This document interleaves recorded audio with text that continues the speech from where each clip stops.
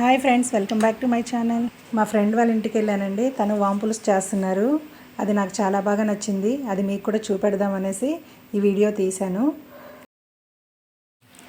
వాంపులుసుకు కావలసిన పదార్థాలు: 3 ఉల్లిపాయలు, 1 అరకప్పు వాము, చింతపండు, వెల్లుల్లి రెబ్బలు కొన్ని, కారం, ఉప్పు, పసుపు, కరివేపాకు, కొంచెం ధనియాలు, ఎండుమిరపకాయలు.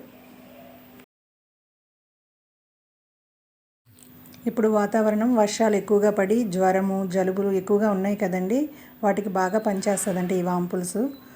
ముందుగా వాములో డస్ట్ లేకుండా ఉండడం కోసం కొంచెం వాటర్ వేసి అందులో కడుక్కోవాలి. కడిగి అలాగా వామునంతా తీసి మిక్సీ జార్లోకి వేసుకోవాలి.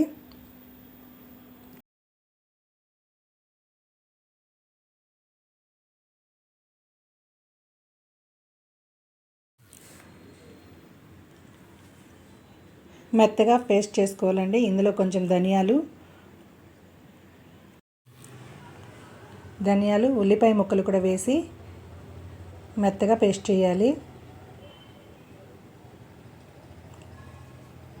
ఇది డైజెషన్ ప్రాబ్లం ఉన్న వాళ్ళకి కానీ పిల్లలకి కానీ బాగా ఉంటుందంటండి, అరుగుదలకి. ఈ విధంగా పేస్ట్ చేసుకోవాలి. చింతపండులో వాటర్ వేసి నానబెట్టుకోవాలండి. ఇప్పుడు స్టవ్ వెలిగించి ప్యాన్ పెట్టుకొని అందులో ఆయిల్ వేసుకోవాలి.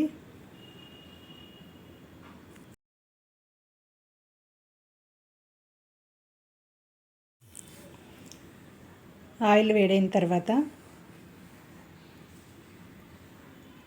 ఇందులో వెల్లుల్లి రెబ్బలు వేసి ఫ్రై చేయాలి.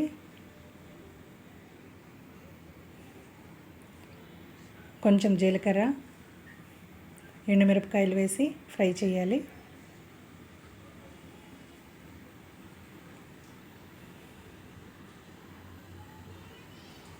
ఇప్పుడు మిక్సీ చేసుకున్న పేస్ట్ మొత్తం కూడా వేసేయాలి.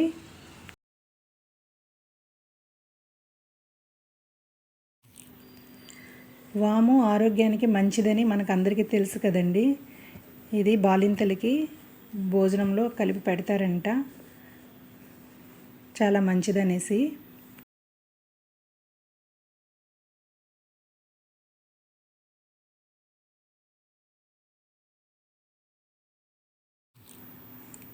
ఈ పేస్ట్ మొత్తం కొంచెం బాగా ఫ్రై అవ్వాలండి. అంటే పచ్చివాసన లేకుండా పోయే మాదిరిగా ఫ్రై చేసుకోవాలి.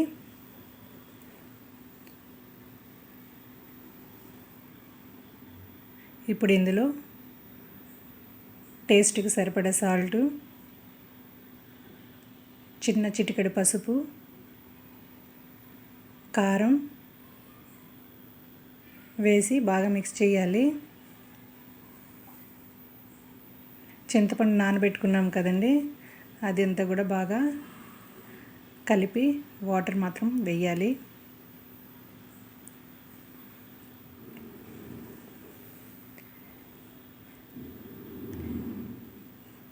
ఇందులో కొంచెం